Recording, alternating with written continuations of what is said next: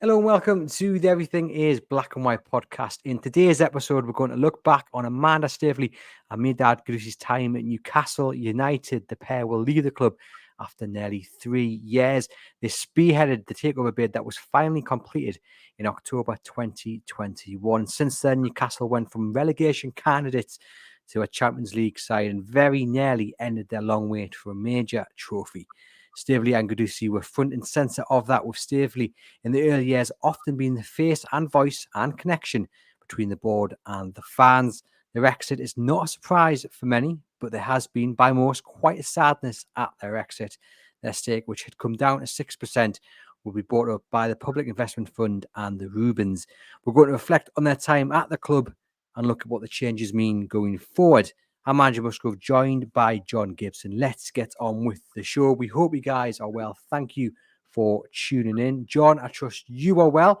Let's start with your initial reaction when the first reports started dropping that Staveley and Ghodoussi were leaving Newcastle United. I mean, basically, absolute sadness. Not total surprise because of the way things had been going, but sadness because Amanda, in particular, was the acceptable face of what was a very controversial takeover involving the Saudis and human rights, etc., etc. So, not just in the Northeast, but in the wider sphere of the rest of the country, Amanda was the acceptable face. She fronted it brilliantly. We have to be totally grateful to her and her husband for getting rid of Ashley, first and foremost. I mean, she was off a terrific mark there. We had 14 years of Mike Ashley going nowhere fast. Well, we were going somewhere, actually. We were going downhill and fast. So that was terrific. She could have easily walked away because it took an awful long while before the the Premier League accepted and allowed it reluctantly to go ahead. And she was confronted early doors with an aggressive situation, if you like, outside of the Northeast. Not inside the Northeast, hasten that, but outside. The Premier League hated us. They tried for ages not to block the whole thing. The top six hated us because they feared us, sort of breaking into their domain and making it a top seven. So we had to overcome all that. And throughout it all, she was a face that was confident, that was friendly, that was not to be put upon, and got a terrific link to the fans. Yes, some cynics could say that was easy because there was no link to the fans from Mike Ashley. All of a sudden, that door was wide open. But when I look back at, yes, we know the significant part she played in appointing Eddie Howe, getting Bruno on trips here, which opened the door to everybody else, etc., etc., fronting us at Premier League meetings, the women's team, the fan base. But I think the biggest thing, Andrew, that she will be missed for is the PR.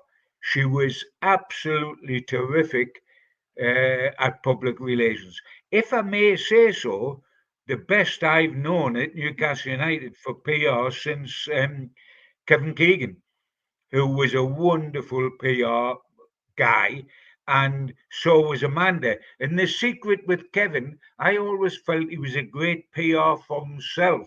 But in doing that, as the front man of Newcastle United, he was automatically a great PR man for Newcastle United.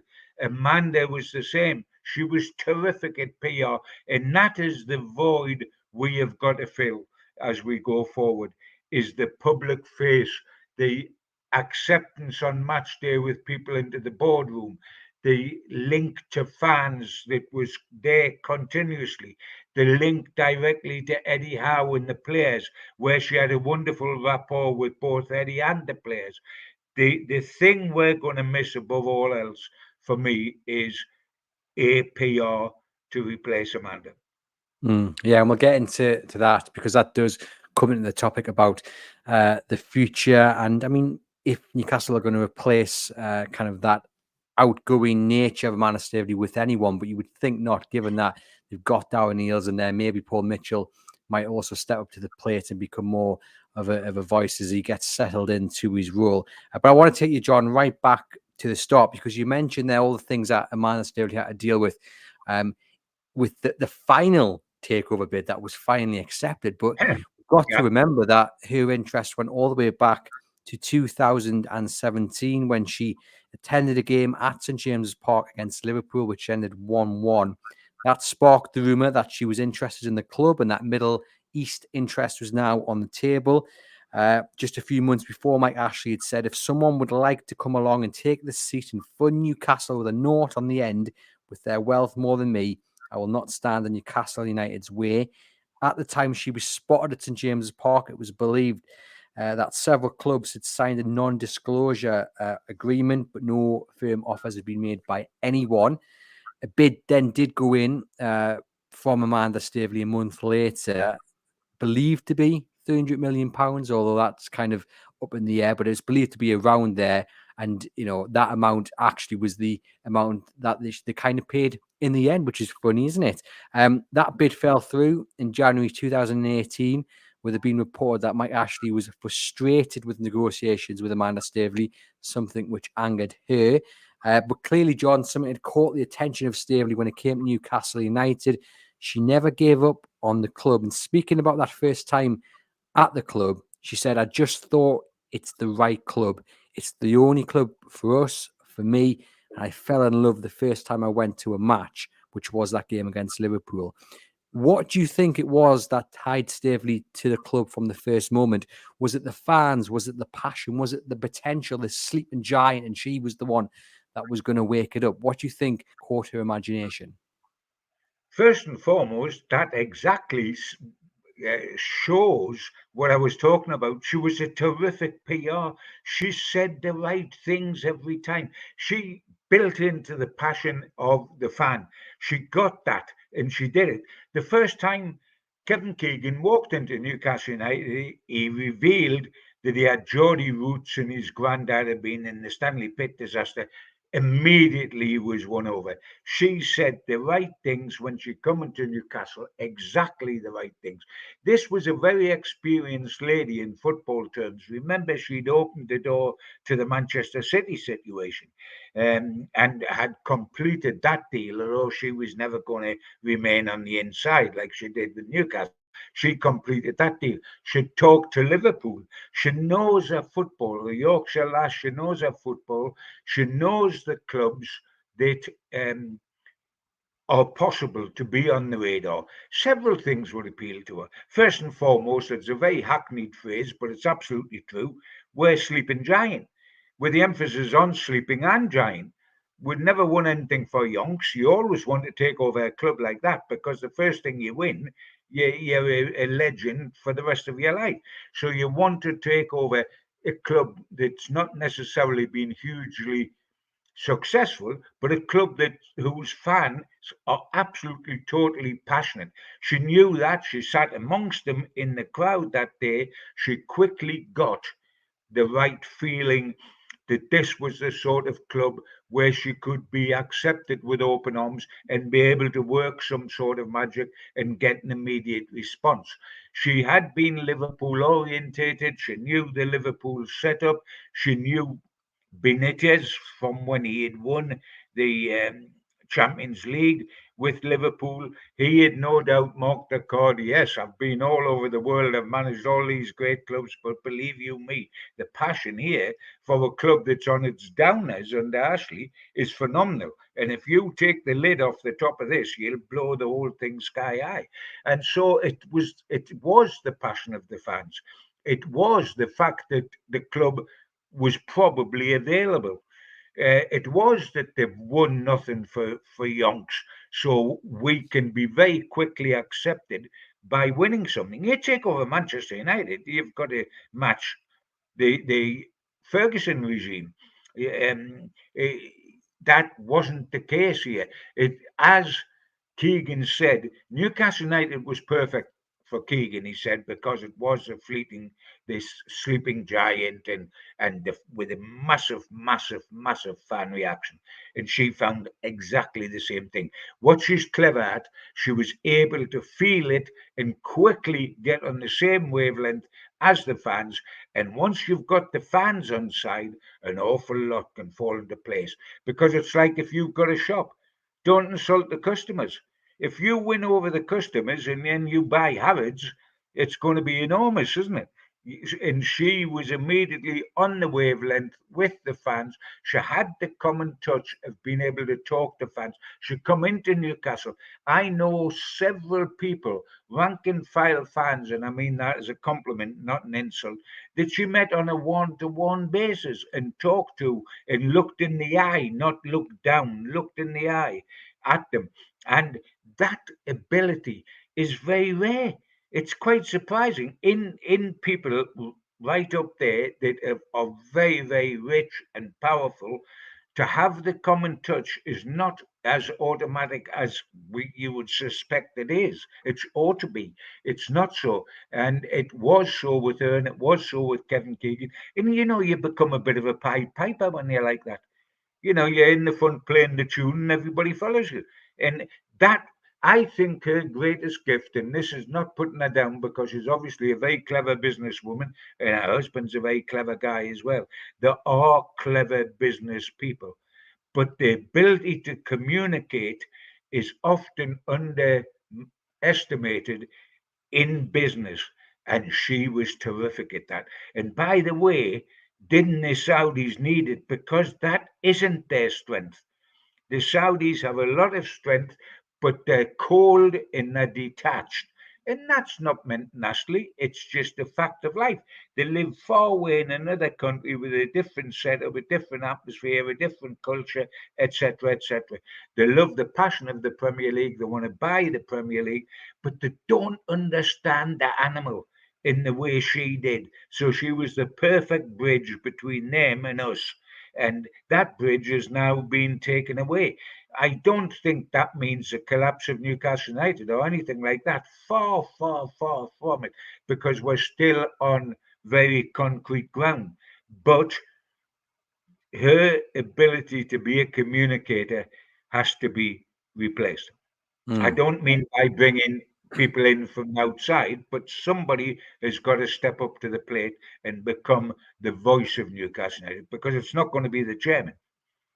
No, I totally get that, and I think the other thing we can't forget about, it wasn't just lip service. It wasn't just her thinking this is the right thing to say or this is the right approach because I'll get the fans on side. She genuinely loved the club. And I'll tell a little story, John. Last or the season before last, Newcastle United, and I'm pretty sure it was the game in which they got to the final of the League Cup, or it was the game before this, just before the secured Champions League football. So not the Leicester one, the game before that. But anyway, I was speaking to Bob Moncur, having a little bit of chat at full time, and all of a sudden, someone stands in front of me, and I think, goodness me, that's a little bit rude. You don't just stand in front of someone when they're having a conversation. And this person then gives Bob Moncur the biggest hug possible. And then I realize it's Amanda Staveley, and she's all smiles, and she's literally picked Bob up off the ground because of the result that's just happened. And I just always think back to that and think that isn't someone who's playing the fans. That's not someone who's just doing it because she knows it's going to get the fans on side. That for me was an example of how much she really loved the club and went along on that journey with every single fan. She did, absolutely so. And she was a very touchy feely person, which I love because I'm possibly that way. She's always hugging people, and our enthusiasm bubbled over. And as I say, I know a couple of fans that have got actually have got tables in the Bob Moncur suite, and who she was personally terrific to, and there was nothing in it for her in terms of PR, getting into papers or anything like that. It was on a one-to-one basis.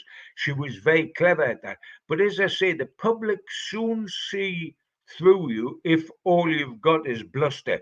If all you are is bluster and you try to con fans, you're the most wonderful people, you matter the most to me, etc., etc.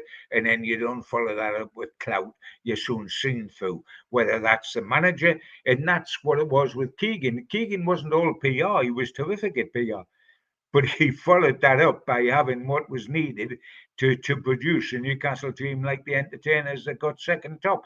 You've got to have the rest of the package. But what people often do not have is what we call the common touch. The number of successful people where you would say the only thing that they do not have is the warmth, the natural warmth. They may feel it inside, but they can't convey it to other people. And she did that, and that got us over the line so many times at various levels, whether that was in the boardroom, whether that was talking to the top six who basically hated us because they feared us, but they then become close to her like Chelsea did, like representing us at the Premier League meetings, which is tough. You've got to be a tough lady in those meetings, hold your own, but be charming at the same time. Whether it was on a personal scale, I mean, she was a terrific shield for Eddie Howe. Eddie Howe, she helped his appointment. And when the going got slightly rough last season and results didn't go quite the way they did because we had all the injuries for a short period of time, she was at his elbow, mind, straight away, giving them reassurances, um, etc., etc. She is a good communicator. The reason the women's team has come from nowhere to somewhere is because of Amanda. Now, I don't want to take away in all this and make it sound as if Amanda did everything at St James's Park and did it on her own, and now she's gone, it'll all collapse. Because that is not so at all. Without the backing of the financial investment that the Saudis produced, she would have been incapable of doing anything. She needed their money and she was doing it as their backer, and it showed great loyalty to them, as she must. And therefore, all that is still in place. We mustn't run away with the fact that, oh, Eddie wouldn't have come here without her. Bruno and Trips wouldn't have been appointed. Joe Linton wouldn't have signed the contract, etc., etc. She was very significant in all that, but we have to keep a sense of proportion, because what is left is still an excellent structure at Newcastle and is destined to take us to the top, and we've got to be very reassured about that. I just don't want a little bit of warmth to go out the club. That's a little bit of warmth between the club and the fans, a little bit of warmth between the club and other Premier League clubs, other sets of players, etc., etc. She got very, very close to the players, and so I think that the hierarchy that is left in place and has been put in place recently, and Jamie Rubin as the English face up here, if you like, on regular match days, which the Saudis on, uh, will step up to the plate and somehow attempt to fill this void. But it won't be easy. Replacing Kevin Keegan as the PR wasn't easy. And you know, when I look back, in a vague way, there's a similarity, Andrew, to when I was heavily involved with the Magpie Group in John Hall taking over at St James's Park. When John Hall first took over and brought in Kevin Keegan, and there was a huge lift off from the verge of the third division to Premier League runners up. John was the public face of Newcastle United. I'm not meaning a communicator necessarily as well as Amanda, but the public face. When John took a step back, which was coincidentally round the time the KK left us, and the club was left to be run by Freddie Shepherd and John's son Douglas, I felt that something walked out of the door at Newcastle United, and the regime was never quite the same again. It was still ran along lines of established lines, etc., etc. But the top, one of the great communicators, the fella that a lot was based upon, no longer had his hand on the tiller, and it wasn't quite the same. And that's what Newcastle have got to make certain doesn't happen with Amanda leaving.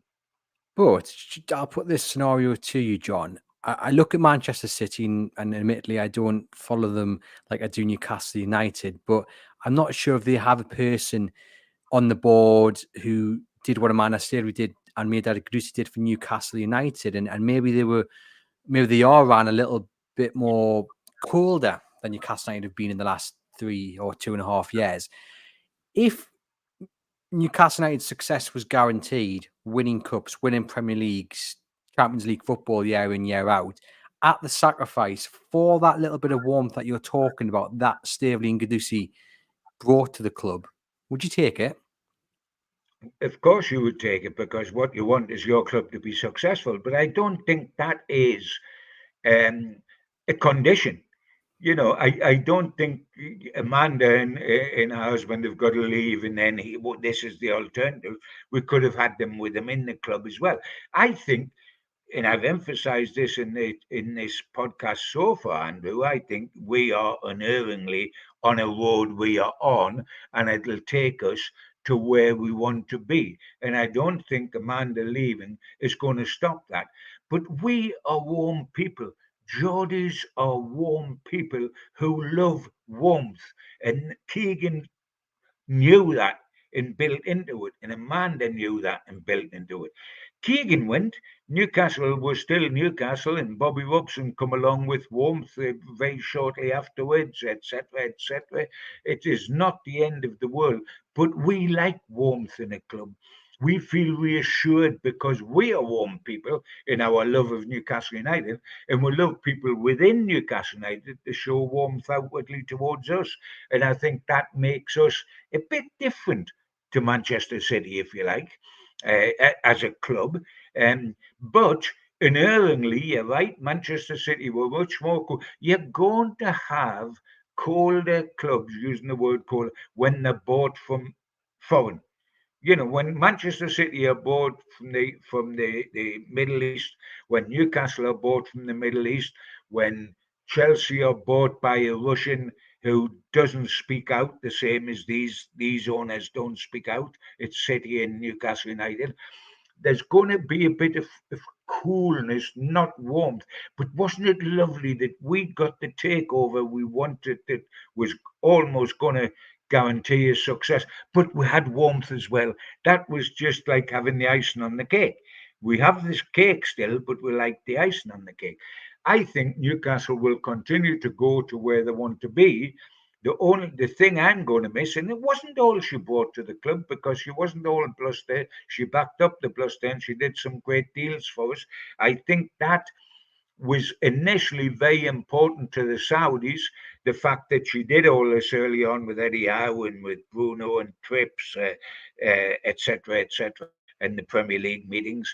But I think once the executive positions were filled at Newcastle United to with the appointment now of of Darren Eales and Paul Mitchell in place of Ashworth and James Bunce and everybody else that's come along. I think the need for her to organise behind the scenes is diminished. And I think that the Saudis now feel they're in a position to where a love affair, which was inevitably going to end sometime, uh, has now run its course, and we will exist without it, without Amanda's considerable input, and I think we will. The one thing where I think we'll find it difficult is having as good a PR as we've had so far.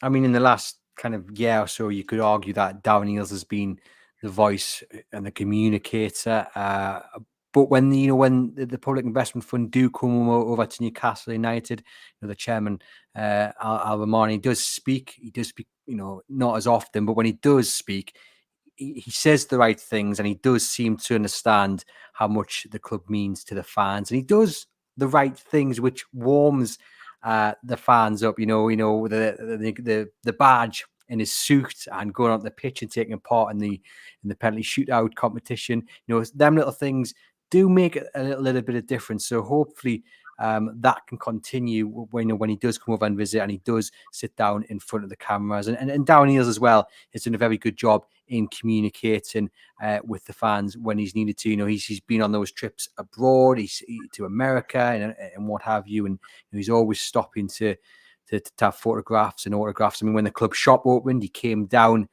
to see those who had queued, as did Peter Silverstone, and shook the hands of fans and wished them well, which was a really nice touch. There was no cameras following him about. He just did it. And I think that really makes the difference. And just going back to my story as well, Amanda Staveley wasn't being rude. She was just getting wrapped up in the moment. And if anyone can interrupt my conversation with Bob Moncur, Amanda Staveley is the woman to do so. We'll talk a little bit more, John, about the future, because it's brilliant news that the Public Investment Fund and the Rubens are going to buy up the remainder of Staveley and Ghodoussi shares, because that puts to bed any fears that the Public Investment Fund were getting bored, as some rival fans were liking to suggest. I think the fact that they are buying up the remaining percentage shows that they are here for the long term, and we'll talk about that in a moment. But just want to go back to the final takeover bid when it was completed, because there was a second attempt to buy the club from Amanda Staveley, and that one didn't go through either. A deal was agreed alongside the Rubens and the Public Investment Fund in April 2020, but that deal collapsed in July of that year after the Premier League took their time to pass it. A statement at the time said, "As a purely commercial investor, our focus was on building a long-term value for the club, its fans and the community, as we remain committed to collaboration, practicality and proactivity through a difficult period of global uncertainty and significant challenges for the fans and the club. Ultimately, during the unforeseeable prolonged process, the commercial agreement between the investment group and the club's owners expired, and our investment thesis could not be sustained." Staveley added, "It's awful. We are devastated for the fans. We really thank the fans, and I personally thank them for all their support." The Premier League were trying to determine the separation between the Public Investment Fund and the Saudi state, which led to the long delays. John, at that point, many people would have just walked away, but not Amanda Staveley. She was determined to push this deal through, and finally it did go through. But as I say, at that point, I think many people would have just said, "Oh, well, I'm moving on. There will be other clubs." Yeah. I mean, that's what I said right at the top of this program. We owe a huge debt of gratitude, because it took a long while for us to be able to get the whole thing completed. And she did stay with it. But let us not forget, too, that the Saudis stayed with us. Because if the Saudis had got impatient and walked out, Amanda was dead in the water, because she didn't have the money herself to do the deal as a person that would own 80% or would own 50%, and the Rubens would own the other 50%. She needed the Saudis. They could have walked away from this deal and said, we've had enough, we'll try for another club, or we'll forget about football altogether and we'll go in and buy Formula One or boxing, which a lot of Saudis have done that with international boxing. So yes, we thankful to her, and also thankful to the Saudis for staying with us and getting the thing done, because we could have quite easily missed out, and we didn't, through very good persistence. And almost immediately, I mean, we took off and started becoming from being a club that fought relegation regularly. And when we got Eddie in, and when we got Trips in, and that, you've got to remember that we played Cambridge United at home in the FA Cup and got beat, because this was what was left of the old Newcastle United. But we ploughed on, we got it right. We were always going to get it right, as long as we realized that the steps had to be slightly slower than we were expecting. We were facing financial fair play, which we don't have to go in now. We've done it so often. But at the start, which Manchester City, after Staveley had got that takeover completed, didn't face, so they could just blast their way through. But it's still been a very, very quick process, because having got rid of it in that first season, the relegation phase, we were top four in a Wembley finalist the second season, which quite incredible. And yes, last season bottomed out a little bit, only a little bit, but yes, it did. But we'll come again.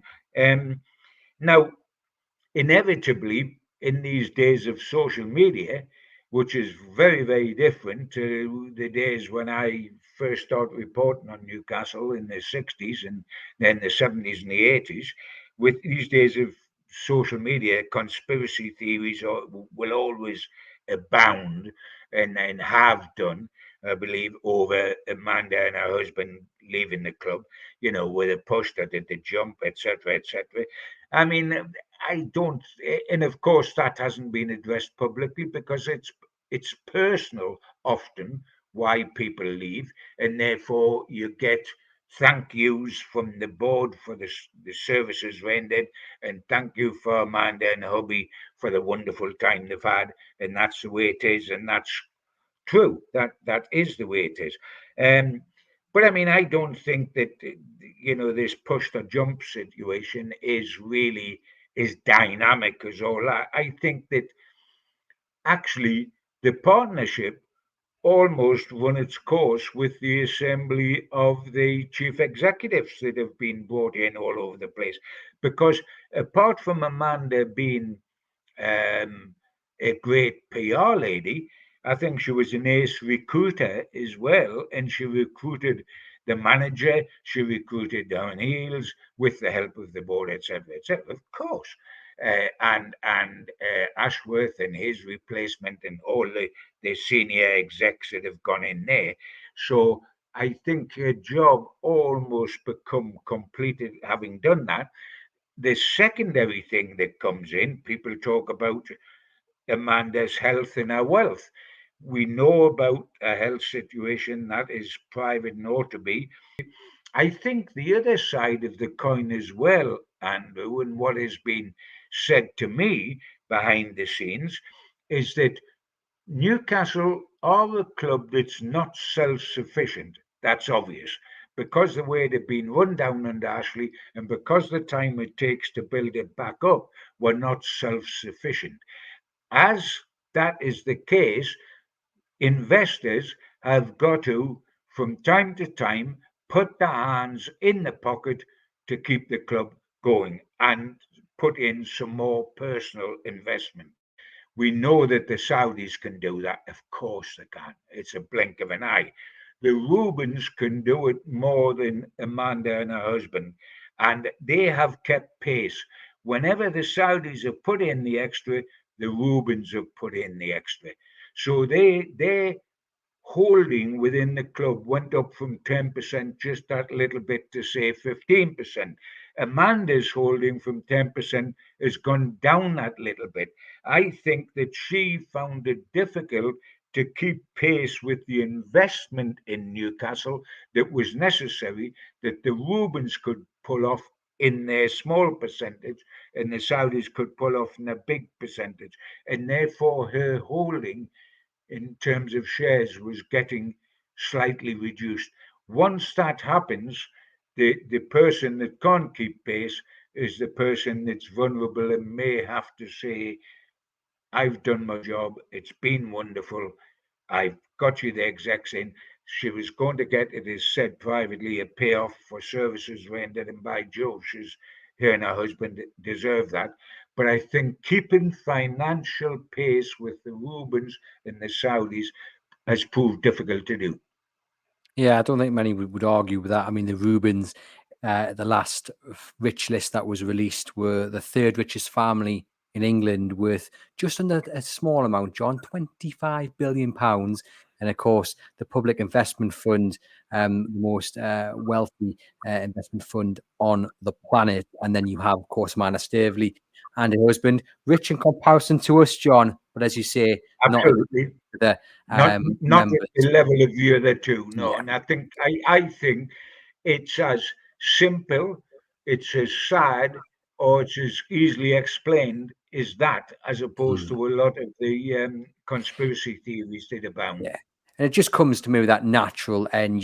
They've laid down the foundations here and Mehrdad, where this club are on a really good button and to go to that next level. The right people have been appointed, and Staveley's played a large role in that. The foundations are there for success, and it's just the right time to go, and they will Yes, always be welcome back at St James's Park. And we'll get on to a little bit more about it's part of the progression, Andrew, isn't it? yeah, I mean, you look at the team, and you start off by having, I don't know, Dan Byrne and Sean Longstaff and Elliot Anderson and Maxi and all these are vital part of the team. Then the team goes to the next level and becomes a Champions League side, and suddenly Maxi's perhaps not there, and a couple of others on. And if we go and we're going to win some silverware, but follow it up with the Premier League or the Champions League, then a lot of the players that are here now, not just in terms of longevity, but in terms of being replaced by someone rather better, it's bricks in the wall, isn't it? You have certain bricks in the wall, then you progress to the next step. And I think to a certain extent that's happened with Amanda. But we will always be grateful and ought to be for the job she and her husband did, because if you didn't put the foundations in, then you're nowhere. If you try to build on quicksand, you go nowhere. She helped put the foundations in. Yeah, without their persistence, we'd probably still be under the ownership of Mike Ashley. The deal was finally completed in October 2021. The Premier League passed it, and the days of Mike Ashley were over. The scenes outside of St James's Park will live with me forever. Up at Jesmond Dean, where the consortium were, you could see the emotion in the faces of Mehrdad, Ghodoussi and Amanda Staveley as they went outside and spoke to fans. What a day, what a moment for her. And especially after all the accusations of her being a tire kicker and a fraud, there were other things thrown at her. It must have been such a sweet moment to finally get that deal done and dusted. And she was not shy, John, was she, in what she wanted to achieve, spelling out her ambition to win the Premier League within 10 years. And we might forget that at that time, Newcastle were in the relegation zone with Steve Bruce in charge. But just to hear those words of ambition after 14 years of Mike Ashley, it was just absolutely fantastic, wasn't it? Well, shy Ben's getting out, which is the Geordie saying, and that's absolutely true. And if you have somebody taking over the club and your club has been run purely height of achievement is not being relegated, and it's a club like Newcastle United with their illustrious history of when they were winning the league and the FA Cup, and which was the height of everything to win in the past because there was no Europe. Then, and with the fan base we've got, then you want to hear all this. You want to believe this, and you want the people that are running your club to have that sort of long term ambition. Running in blinkers is no way to win Geordie hearts. Shy Bairn's getting out. And what she said, yes, there was some ridicule from outside the Northeast. Oh, who do these upstarts think they are, etc., etc. And Newcastle winning the Champions League or the Premier League. Oh, dear, dear, guffer, guffer. Hey, why not? Why not? Because Manchester City have won the Premier League season after season after season after season, and they were the second best team in Manchester 15, 20 years ago. They weren't even the best team in their own city. So you must have that sort of ambition. When you're the size of Newcastle United, and we want to hear, if we fail to get there, if we get our wings burnt, if we sail close to it and don't quite make it, well, that's life, that's showbiz, but pitching for it is the important thing. And we know that we're a million miles off it as we talk now, but we know we're pitching for it, and it is possible. I mean, man put man on the moon.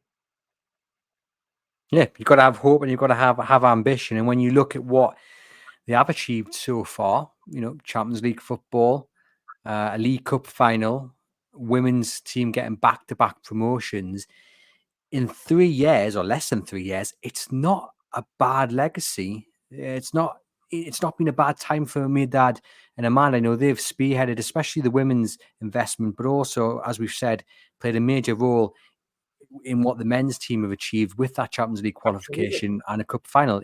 That's not a bad way to leave the club, is it? No, because your legacy is secured, isn't it?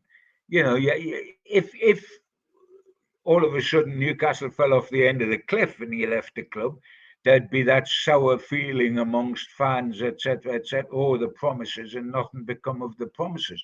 I don't mean they've got out when the going's good, because they haven't. I think they're in some ways heartbroken about getting out. I think they absolutely realise that it makes business sense, and they are business people, and it had an inevitability about it.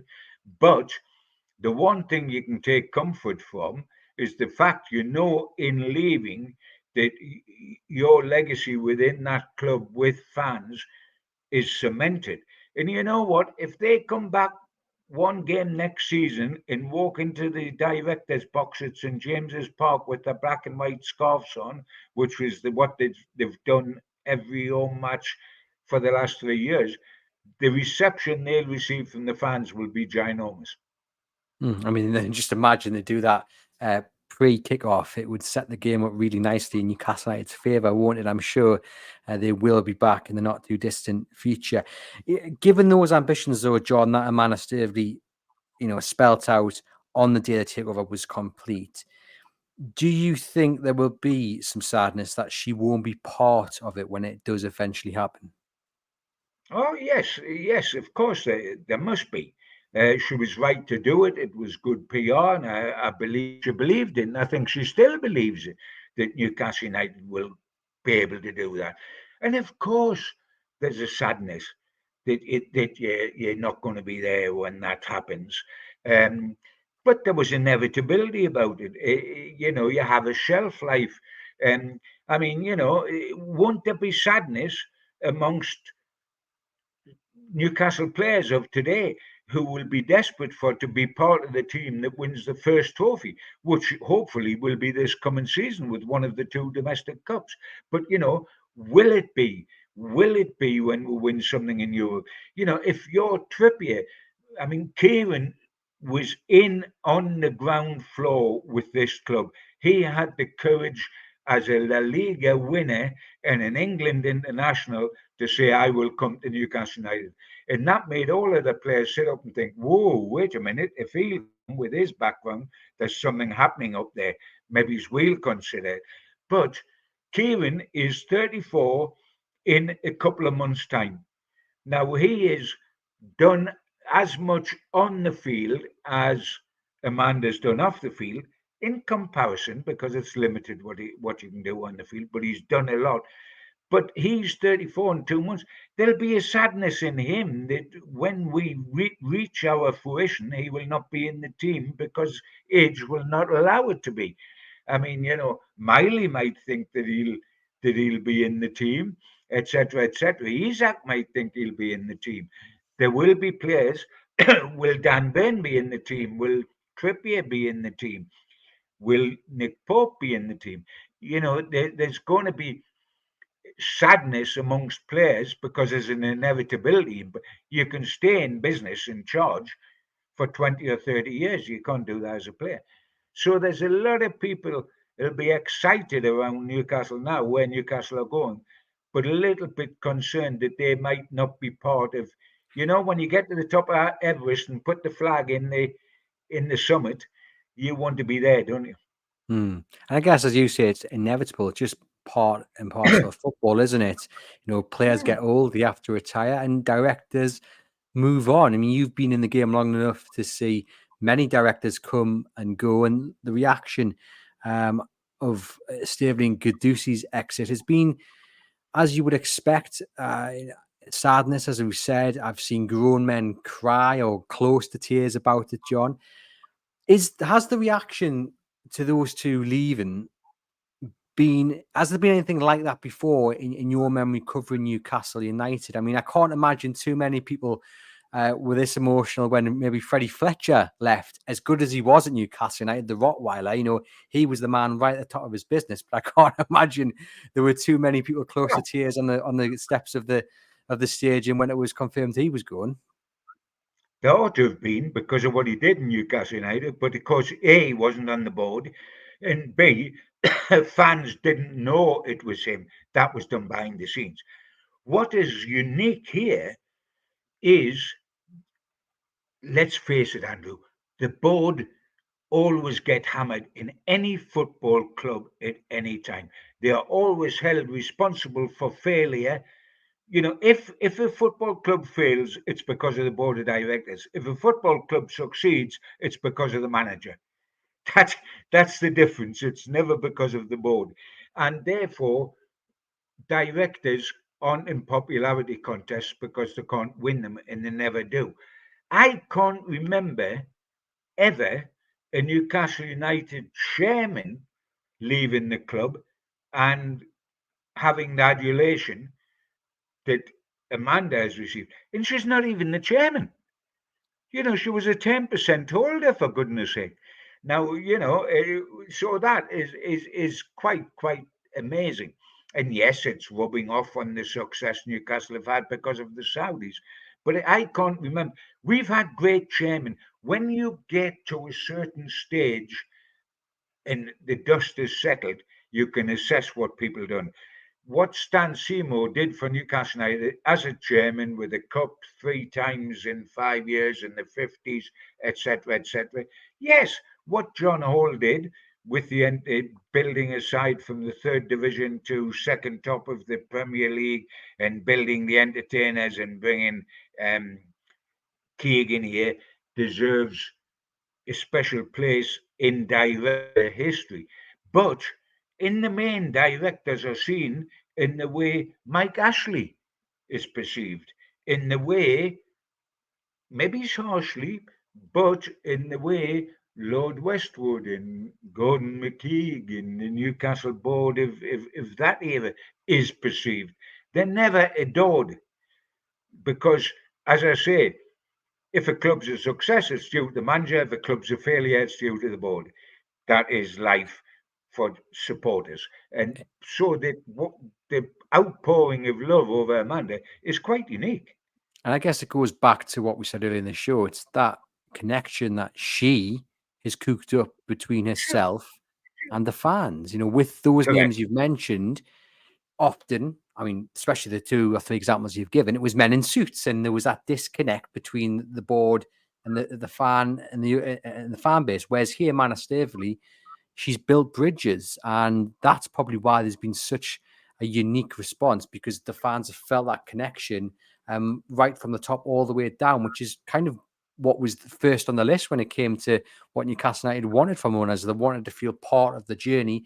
Yes, they wanted that ambition. They wanted to spend. They wanted to believe Newcastle were going places. But more than anything, the fans just wanted to feel valued, which is what they didn't get under Mike Ashley. So you can kind of see why and where that outpouring of love towards Amanda Staveley and Mehrdad Ghodoussi has come from. I just want to read you, John, the statement from Amanda Staveley. Now, there was a statement put out with the confirmation of her exit on the website, but I'm going to read the one that she put out on her Instagram. It's a little bit more emotive. She said, "Nothing I write today can express my gratitude or describe the debt I owe you all. Your support over the last years have been extraordinary, and no fans deserve success more than you. Being a small part of your precious Newcastle United has been a privilege, and I will cherish the memories of every single moment. Working with Eddie, Jason, and Becky has taught me so much. They are truly world class, and I will miss everyone terribly. Mehrdad and I have relished the role we had at the club. We particularly loved working alongside Yasser, our PIF colleagues, and Jamie to create a club that will consistently challenge for Europe and will be capable of winning trophies. I know the PIF and Reuben Brothers will continue to be remarkable custodians, and the club will receive the required support over the coming years." I mean, lots to pick out from there, John. I think, the fact that she always understood in her mind they were custodians. It was never their club. They were custodians of this great club. and they were always there to look after it and to grow it and to make it a success. And that's just slightly different. Well, not slightly, a lot different to how it was under Mike Ashley. Oh, totally. Under Mike Ashley, it was a close horse for Sports Direct and for selling shirts. I told you she was a good PR. That's a wonderful PR Instagram message, isn't it? And a great PR would do that.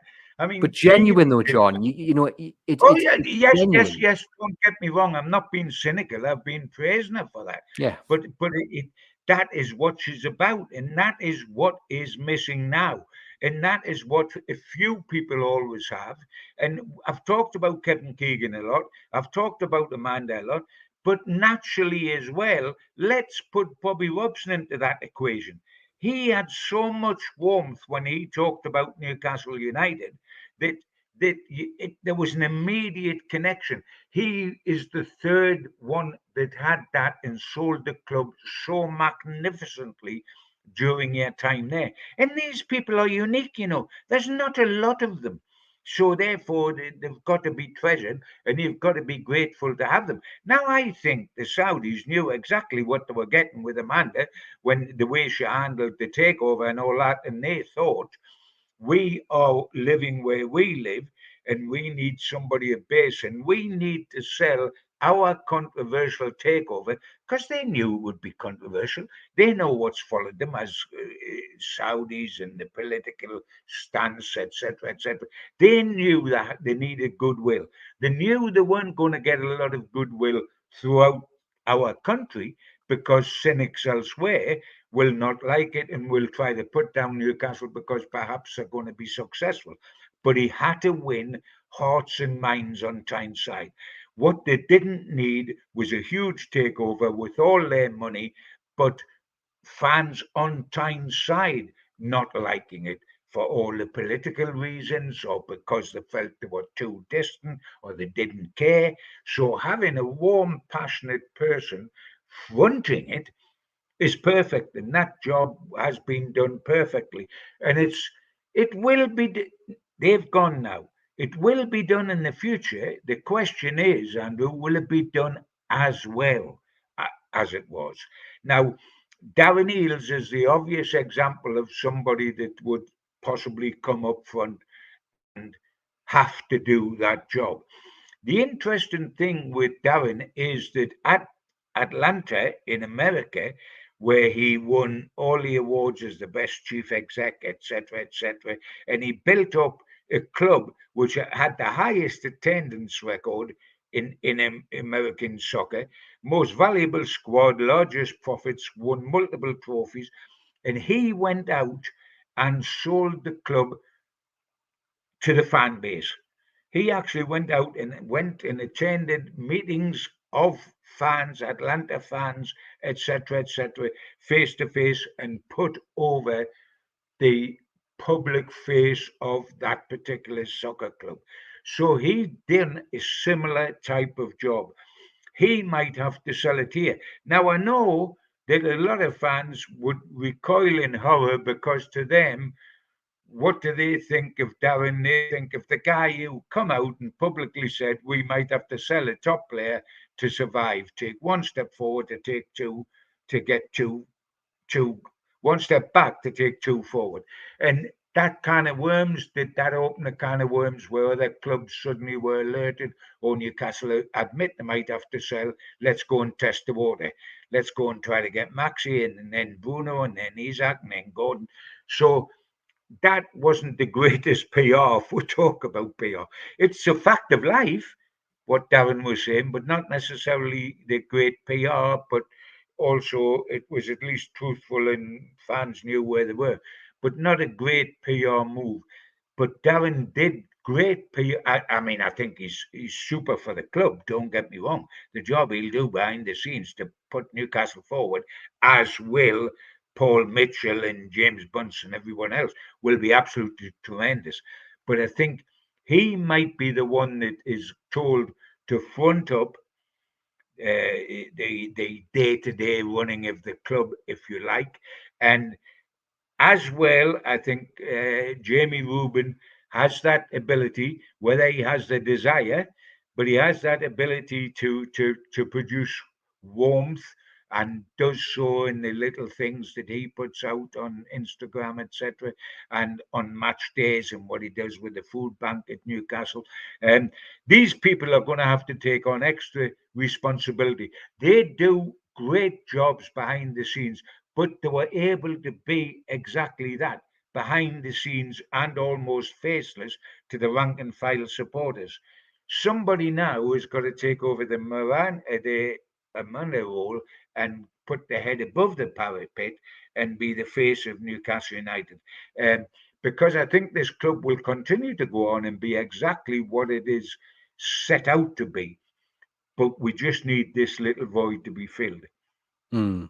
I think we've seen, as I mentioned, with the Eels starting to get that role nailed down a little bit more over the previous few months, and starting to kind of take over where Amanda was in terms of being the voice. And I'm actually going to slightly disagree with you on the point about we might have to sell some players. I think it was probably the right move in my opinion. Yes, it might have alerted rival clubs to Newcastle being a little bit desperate, but I think at the same time, just that honesty, as you mentioned there, I think just that honesty was probably valued by the fans. And if, when Maxi was sold or I someone don't else think had to it be was, sold, mate. I don't you think don't it think, was. I don't, I don't I think it know was. a lot of fans that say that opened the door to the world of uncertainty we're living in now, where we're scrambling around trying to make certain hang on to Bruno, trying to make certain we hang on to Isaac, trying to make certain we hang on to Gordon,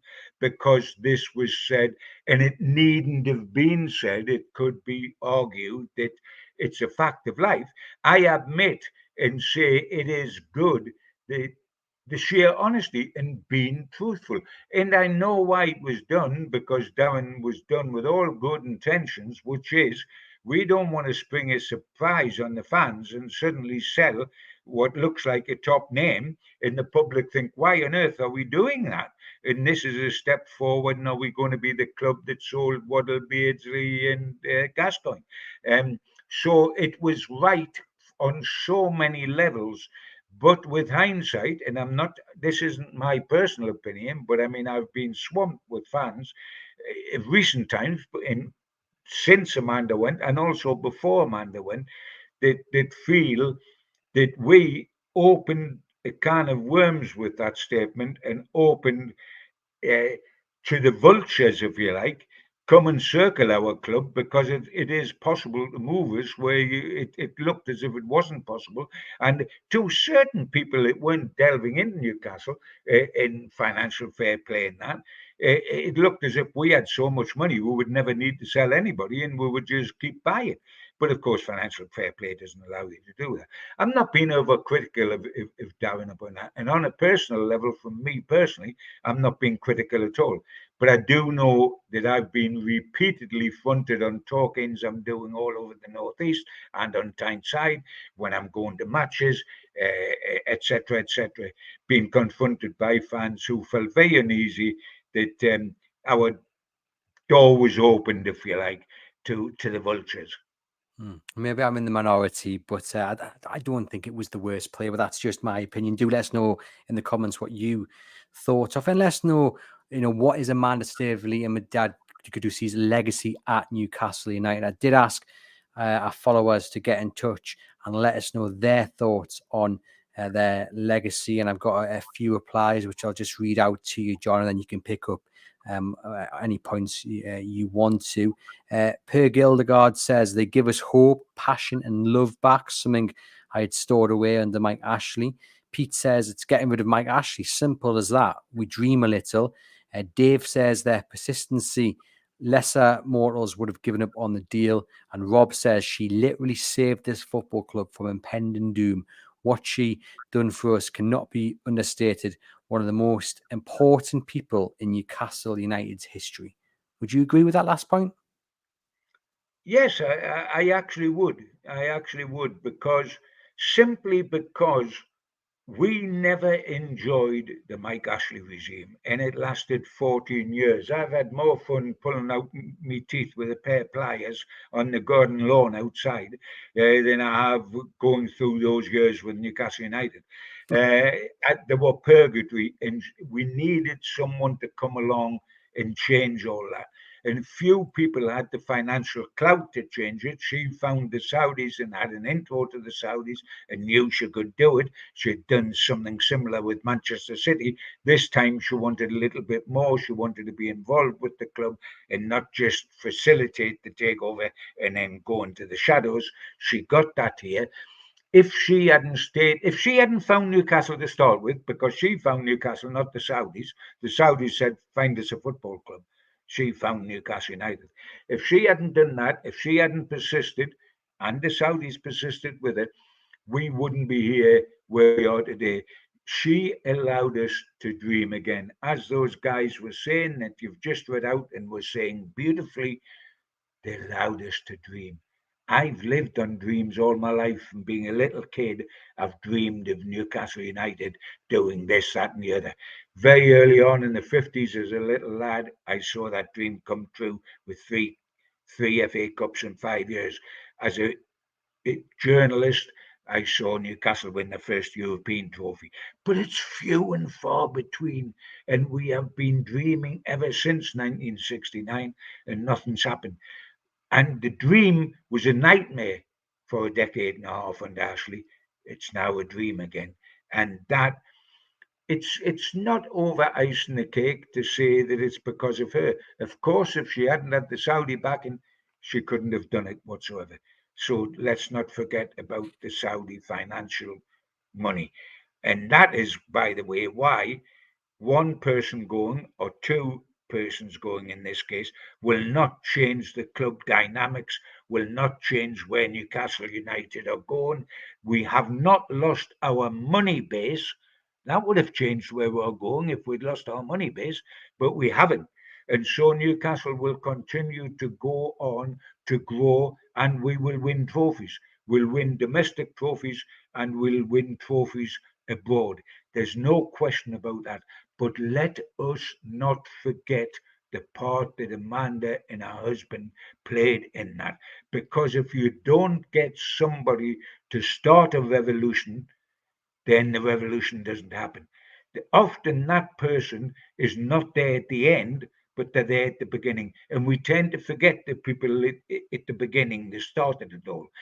Kevin Keegan always said he produced the entertainers, but a man called Brian Kilcline was the footballer that actually started the whole thing off. Completely forgotten about because he was a rank and file average centre half, but without his steadying influence, the first block wouldn't have gone in. Amanda's done that here. When we continue on our travel and get to where we're destined to be, let us not forget the part Amanda Staveley played in the takeoff, because without the takeoff, you don't reach the moon. Couldn't have said it better myself.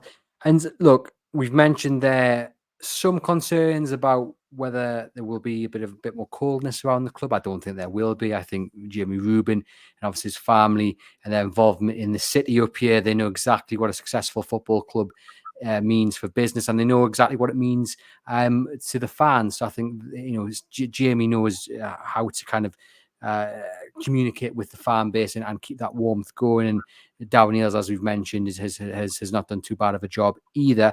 But also, there's been a little bit of concern from some about the women's side, because Mehrdad and Amanda have really spearheaded their success. I mean, back-to-back promotions. One thing I take away, John, from their exit is that while, because you can bet that this hasn't been something that's just come like that. No, not at all. This happens over weeks and months. And running alongside it, Newcastle United women have been signing some excellent players. I mean, they've just signed a player who won the Euros with England, someone who's at the top of their game, and they've signed other players at similar level. They're really making a statement this summer, and they're going to mean business and hopefully get a third promotion. So I think any fears about investment being watered down, or the women's side not being as important as it has been over the last couple of years, I don't think there's any need for concern at all. And simply down to the players that they've been signing over recent weeks. They mean business. No, absolutely right. As I stressed, we have not lost our money base. We've lost a little bit of the warmth, but not our money base. We are still going where we're going. And as you rightly said, Andrew, this is not something that's come out of the blue. It's come out of the blue, perhaps for you and I, or perhaps for the fans, etc., but not internally at NUFC.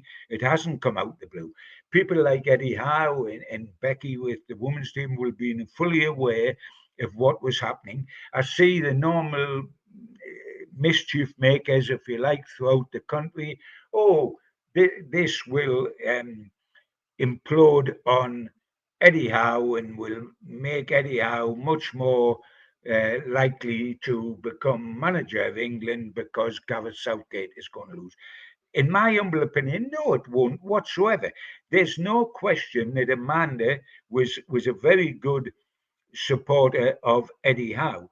No question at all about that. But I'll tell you one thing, Darren Eales is a wonderful supporter of Eddie Howe. He is a great believer in Eddie Howe, and that will cement the situation here. Paul Mitchell will quickly, I hope, form a great link and a working link with Eddie and work out. I saw somewhere somebody said that Amanda leaving and Dan Ashworth leaving would drive Eddie towards the arms of England.